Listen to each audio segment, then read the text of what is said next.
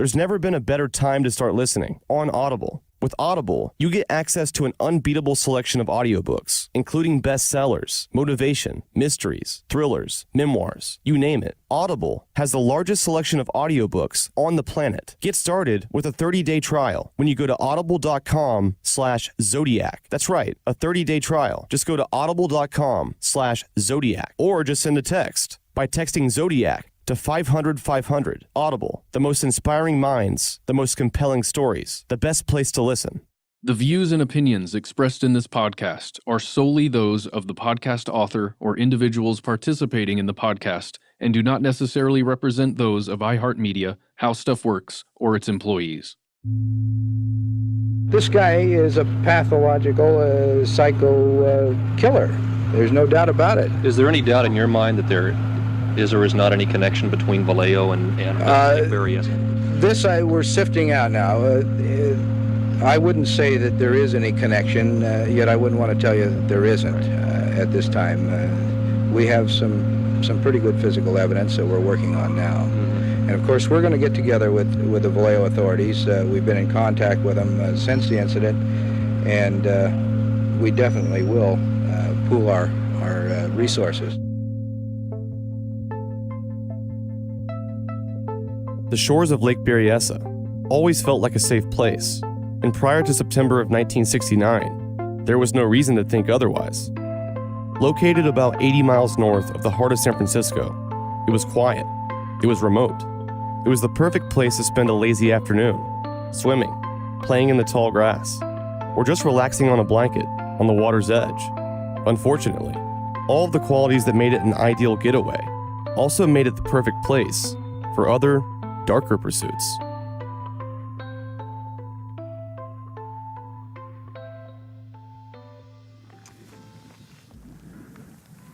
We're standing on a peninsula at Lake Berryessa. In this exact spot, Brian Hartnell and Cecilia Shepard were attacked in 1969. There's no boats, there's no planes. All you hear is birds in the background.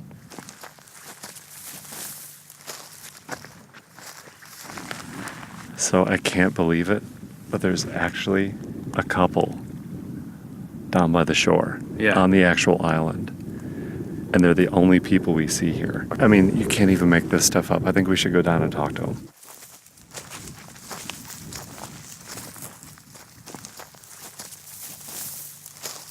You came here knowing what was here. What's here? It's the same month. I just realized. Yeah, it's where the Zodiac killer killed that guy and that one girl, right? Yeah. Didn't one of them get away? One of them lived and then one of them died. The girl died in the hospital, I think. Right? Well, that's kind of crazy. Like, whenever we drive here, I'm like, wow, he drove the same exact way just to get here and do that. It's crazy to think about. It's very peaceful out here. It is. Doesn't seem like the place you would get killed at. Probably ruin the whole lake thing for you.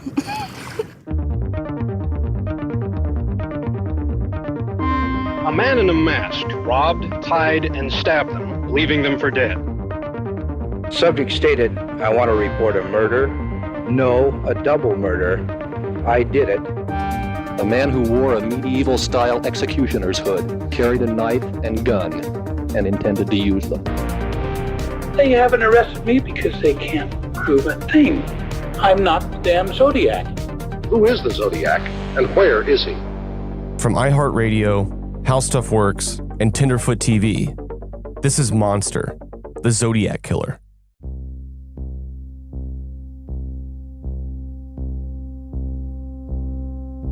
Dear Editor, this is the Zodiac speaking. In answer to your asking for more details about the good times I've had in Vallejo, I shall be very happy to supply even more material. The boy was originally sitting in the front seat when I began firing. When I fired the first shot at his head, he leaped backwards at the same time, thus spoiling my aim. He ended up on the back seat, then the floor and back, thrashing out very violently with his legs. That's how I shot him in the knee. I did not leave the scene of the killing with squealing tires and racing engine as described in the Vallejo paper. I drove away quite slowly. It was late September 1969, and most, if not all, of the residents of the nearby Bay Area were well aware of a killer operating on the outskirts. And now, the killer had a name. In September of 1969, Napa County was still a place for relaxation and enjoyment. On September 27, 1969, college students Cecilia Shepard and Brian Hartnell decided to go to Lake Berryessa to spend some time together. They had dated in the years prior, and they were still friends. They wanted to go out to Lake Berryessa, which is an absolutely beautiful location north of Napa, California. It's a massive body of water. It's a man-made lake. Green hills, green trees everywhere, lots of foliage, beautiful sunsets there reflected on the water. It's an amazing place to be. If you drive around the lake and you look around, you'll be amazed by how beautiful that area is, and then instantly you will think, what kind of person looks at this as a setting for a brutal crime? The events in Napa County would be different. The Zodiac was becoming more bold, emerging from the shadows. Early last Saturday evening, Celia Shepard and Brian Hartnell, both in their early 20s, were sitting on this knoll of land overlooking part of Lake Berryessa. They thought they were alone, but there was a third man on this knoll, a man who wore a medieval-style executioner's hood, carried a knife and gun, and intended to use them. Brian and Cecilia decided to sit out on the banks and talk and whatever. And at a certain point, Cecilia noticed a man up in the trees. And she commented to Brian that there was a man up there, and Brian thought, oh, it's no big deal. He might just be doing whatever. But then the man got closer. And at a certain point, he donned a costume, and then he stepped out and approached the victims. This costume was dark with 4 corners on the top, made it look a little bit like a paper bag covered with fabric over his head. And there was a chest piece that came down over his chest with a white crossed circle on it, which is the same symbol that he had used in his previous letters.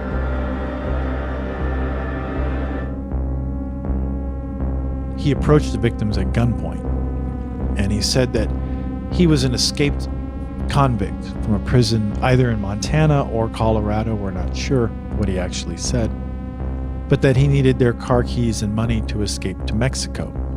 Brian and Cecilia thought they were just being robbed. And although Brian at one point said that he thought he could have gotten the gun away from the man, he was worried that something might happen, that the man might shoot them or something. So he thought, we'll just cooperate and get through this and it'll be over. The Zodiac said he needed to tie them up, and he provided some pre-cut lengths of plastic clothesline cording. And he had Cecilia tie Brian, and then he tied her up.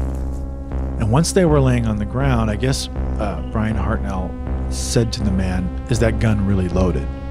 And the man opened the gun and showed him, yes, there were bullets in there. And then, out of nowhere, the man started stabbing Brian Hartnell in the back with a foot-long knife.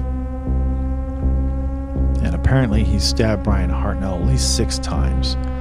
And Brian Hartnell decided that it was best to pretend to be dead. So he just stopped moving. And that apparently satisfied the killer, which is another indication of what his motives were. As soon as Brian stopped moving, he moved on to Cecilia. Now, unfortunately, as Brian described to me, Cecilia had to watch Brian be stabbed. And because of that, she was even more frightened when the man turned on her, and unlike Brian, she fought back. And because of that, she was stabbed many more times. She was stabbed 10 times in the front and in the back. Then the killer appeared to be satiated. He stood up, walked away. He walked up the hill to where Brian Hartnell's white Carmen Ghia was parked. He took out a marker and he left a message on the car door. It was a crossed circle symbol. Below that were the dates 12/20/68 and 7/4/69, which were the dates of the murders on Lake Herman Road and the shooting at Blue Rock Springs Park. And then it said Sept for the month of September, 27/69, 6:30 by knife.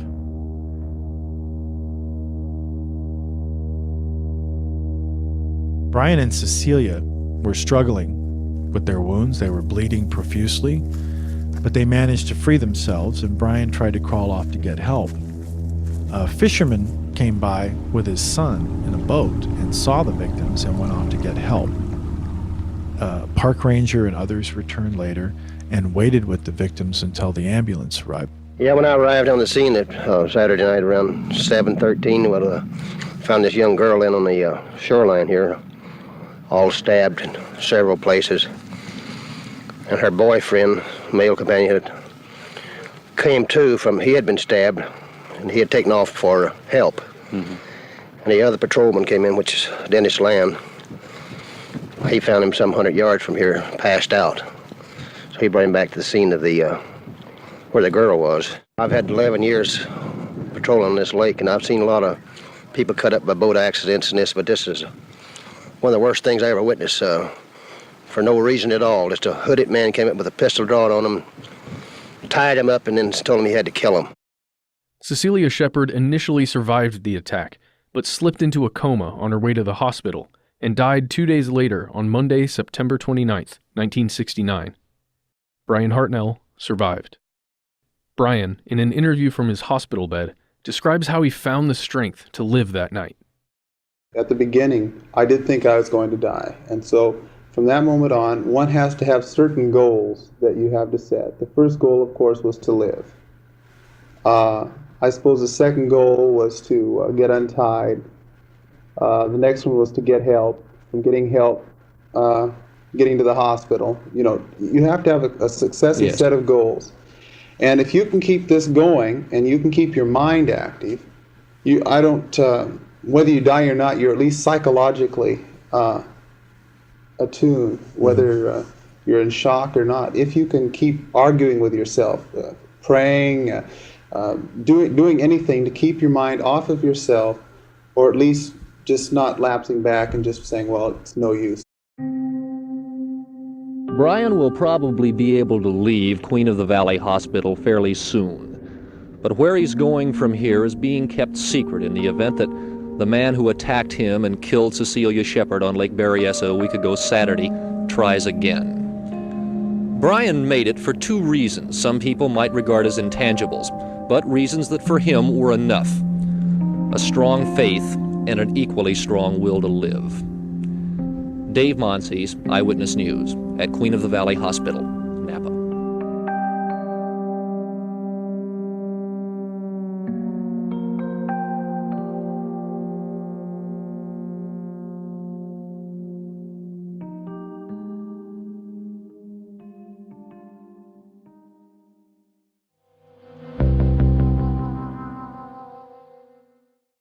You probably don't realize it, but the average American blasts their eyes with bright screens for 11 hours every day. I'm pretty sure that I'm also one of those people. Checking my phone, editing podcasts, watching movies, you name it.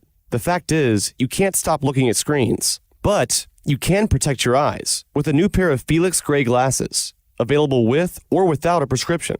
Felix Gray glasses are a lifesaver for me. They filter out 90% of high-energy blue light and eliminate all the glare coming off screens, so I can live my life without tired, dry eyes, blurry vision, or headaches. Unlike other blue light filtering glasses, Felix Grays have no yellow lens tint, so you can see everything in its true color. Not to mention, they look cool. Felix Gray glasses are handcrafted from high-quality materials, like organic Italian acetate and premium German steel, and they have tons of great styles that can make you look pretty put together. Personally, my favorite pair is the Roebling design. Felix Gray glasses are available in non-prescription, prescription, and readers. They also have free shipping and free returns, so there's nothing to lose. Don't go another day staring at screens without the help of Felix Gray glasses. Go to felixgrayglasses.com/Zodiac to protect your eyes today. That's felixgrayglasses.com/Zodiac.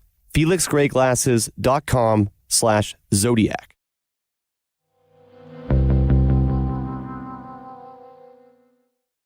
Because he survived, Brian Hartnell was able to help the investigators by providing detailed descriptions of the Zodiac's elaborate costume and the way he spoke to the couple before the attack.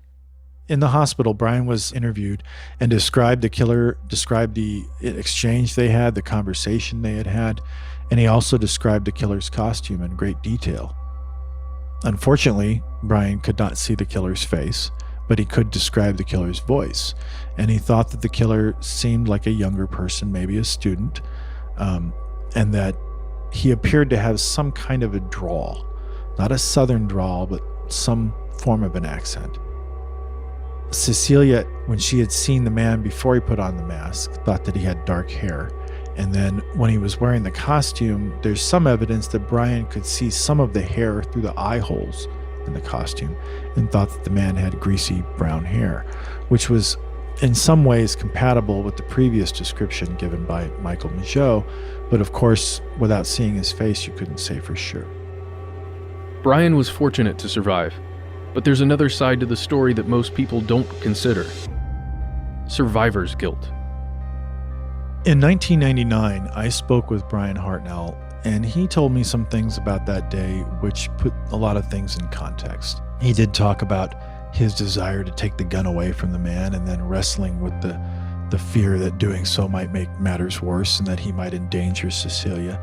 And that was a tremendous responsibility, a burden to be carrying, because as the man, especially in 1969, you're expected to protect the woman. Put yourself in Brian's position. You're there with a woman that you care about, and a man walks up with a gun and says he's just going to rob you. And part of you wants to fight back, but part of you is worried that you're going to make things worse and get somebody hurt. I do know that he did feel some responsibility for what happened to her. He also talked about the fact that their faith helped them get through this. After the killer left and they were sitting there bleeding and trying to get out of their bindings, they prayed together, and they said that that helped them get through the ordeal. Brian crawled out onto the road. He was bleeding so profusely that if the ambulance probably had not come when it did, there's a good chance that he might not have survived. And he told me that the knife came very close to his heart, just an inch in another direction, and Brian probably would have died that day and we would have never heard anything about this story. But he also struggled with the fact that later on, he had to think about the conversation he had with the Zodiac, where the Zodiac was basically telling him, I'm just going to rob you. And Brian thought, well, maybe with my legal experience, he was a law student, maybe I could help this man. Maybe I could talk to him. He offered to help him get some help. And of course, the Zodiac wasn't interested in any of that because it was all a ruse. He was just trying to get them to cooperate so he can get them tied up.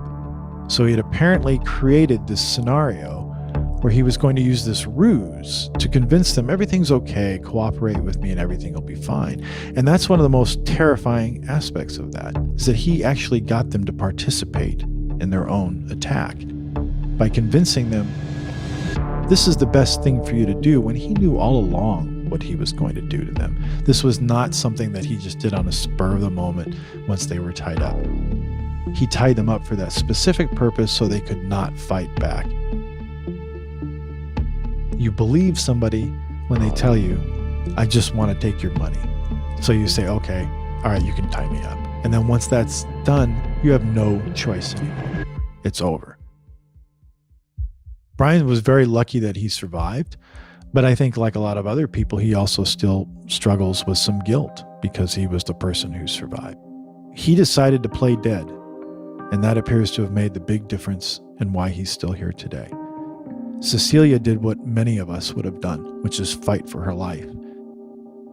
And apparently she paid the price for that.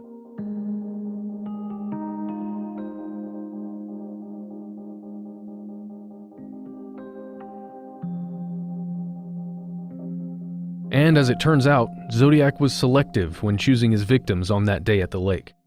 It was probably easier to escape that area during the day than it would have been at night.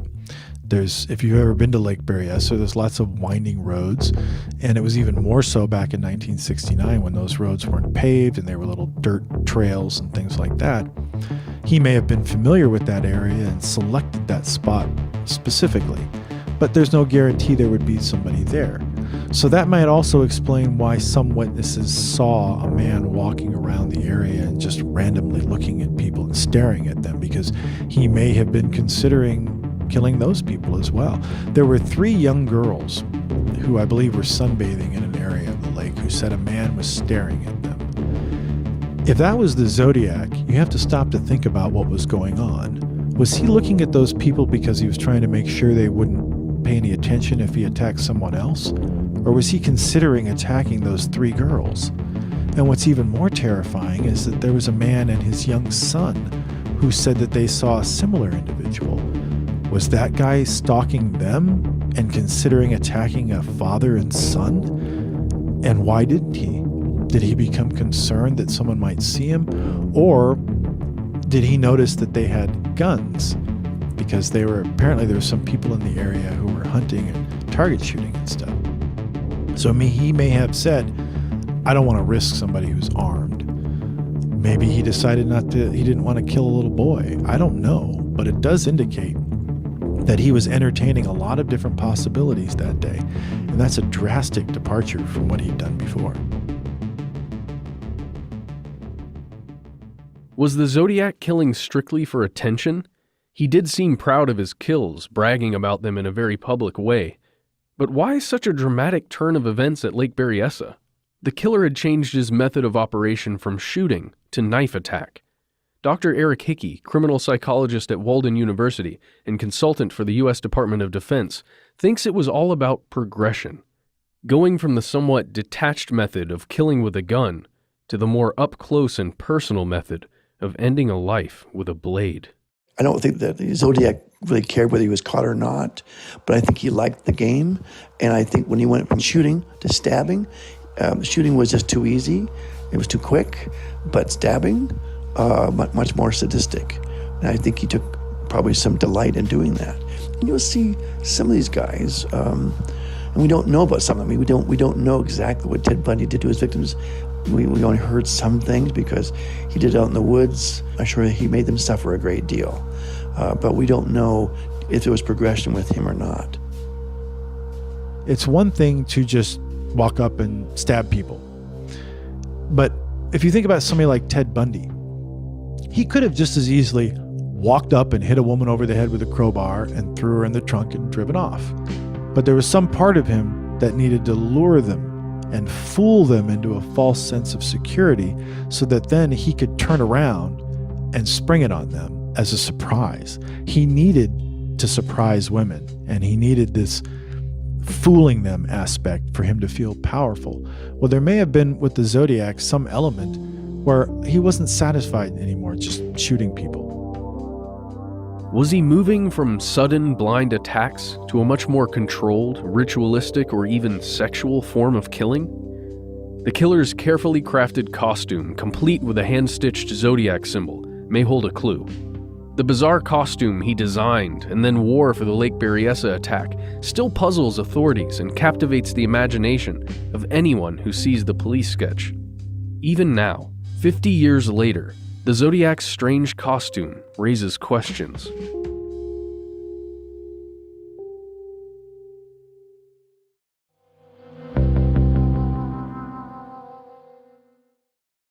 Let's face it, New Year's resolutions don't usually stick. As a matter of fact, 80% of them fail by the end of the month. And trust me, I've been there. Got super pumped up, got the gym membership, and eventually just stopped going. If you want to focus on your health, you have to work for it. Waking up early to go to the gym, grocery shopping for fresh produce, it's not easy, and it's not always fun. But now, things have changed. I'm eating fruits and vegetables every day without even trying, thanks to Daily Harvest. Daily Harvest delivers carefully sourced, chef-crafted food built on fruits and vegetables. You can choose from more than 50 ready-to-blend smoothies, savory harvest bowls, soups, and breakfast bowls. Each single-serving cup comes ready to blend or heat. Just add water or milk to a smoothie, or heat up a harvest bowl. And all of Daily Harvest ingredients are carefully sourced for maximum nourishment and flavor. And you can actually see all the ingredients when you open the cup. The best part is that everything stays in your freezer until you're ready to eat it. And it takes one step and 5 minutes max to prepare. You can't beat that for a healthy meal. Daily Harvest is the easiest, fastest, and most delicious way to load up on fruits and vegetables. And to make a healthy eating habit finally stick, just go to daily-harvest.com and use the promo code Zodiac to get 3 cups free in your first box. That's daily-harvest.com. Promo code Zodiac. daily-harvest.com.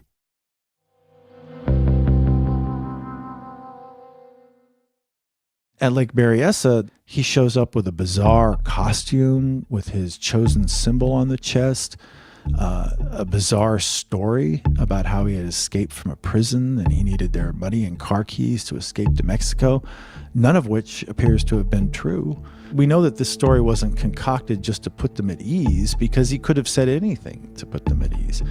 And then you have to deal with the costume itself. Ken Narlow, who investigated the case for the Napa County Sheriff's Office, said to me once, why is he wearing a mask? What's the point? If you're going to kill these people, why are you covering your face? There's no evidence he did that in the previous crimes. And then at the same time, if he wants to cover his face, why isn't he just wearing a ski mask or something? Why this elaborate costume?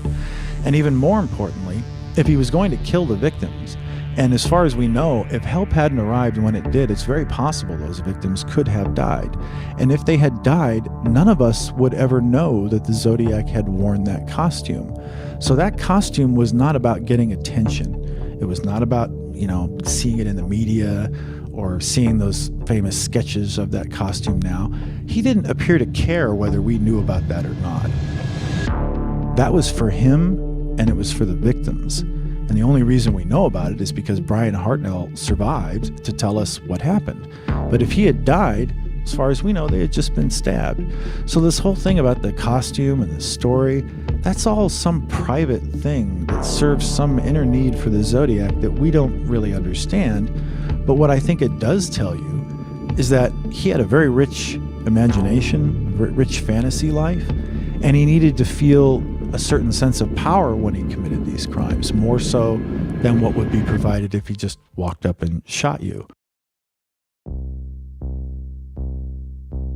It's obvious by that time, whether it was because of the media coverage or his own need to be more than what he seemed to be, he had created this image. And then that image had to be sustained with something. It couldn't just be, writing letters. And I think in some way, as much as he didn't make any effort to make sure we knew about his costume, that wasn't the point. It was about him knowing about that costume, knowing that he has morphed, transformed into this new kind of thing, and then inflicting it on someone. Because I think ultimately, as much as that costume was meant to feed his ego or his fantasies, it was also about the terror it would create in those who saw him coming wearing that costume. The Zodiac had taken on the image of what he felt would instill the most fear in his victims. But the question remains, did he create and wear this elaborate ritualistic costume for the benefit of himself or for his unfortunate victims? If there was no one left living after the Lake Berryessa attack, no one would have ever known of his bizarre ritual. And he certainly didn't expect any survivors. We know this because of a phone call made to the Napa County Sheriff's Department from a payphone outside of a car wash 27 miles away from the crime scene that proves just that.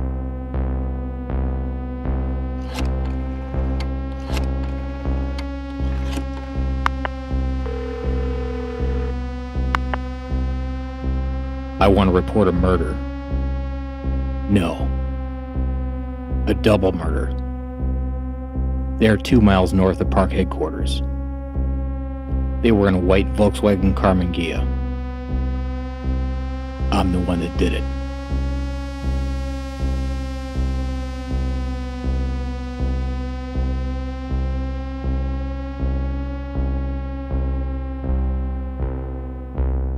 Whatever his motive, the Zodiac was clearly done operating in the shadows. He was now ready to take his crimes to a larger venue, somewhere he could really grab the attention of the police and the public. Just 2 weeks after the Lake Berryessa attack, in early October of 1969, the Zodiac would bring his own brand of terror into the heart of San Francisco.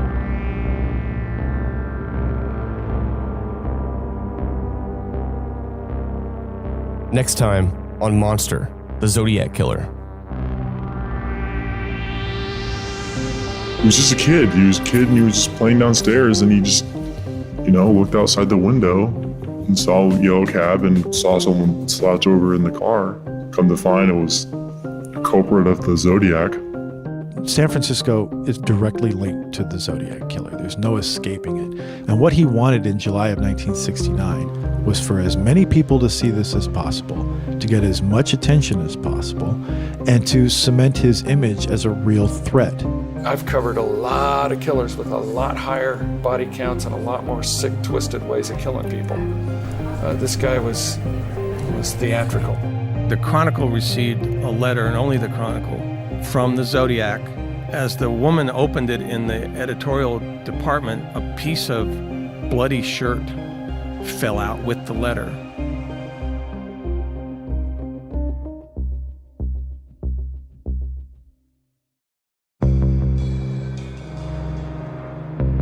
Monster, the Zodiac Killer, is a 15-episode podcast produced by iHeartRadio, How Stuff Works, and Tenderfoot TV. Donald Albright and I are executive producers on behalf of Tenderfoot TV, alongside producers Meredith Stedman, Mason Lindsay, and Christina Dana. Jason Hoke is executive producer on behalf of How Stuff Works, along with producers Trevor Young, Miranda Hawkins, Ben Kubrick, and Josh Thane. Scott Benjamin provides additional voice talent. Matt Frederick is our host. Original music is by Makeup and Vanity Set.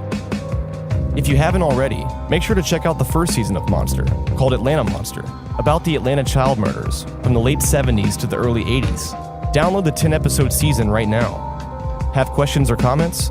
Email us at monster@howstuffworks.com, or you can call us at 1-833-285-6667. Thanks for listening.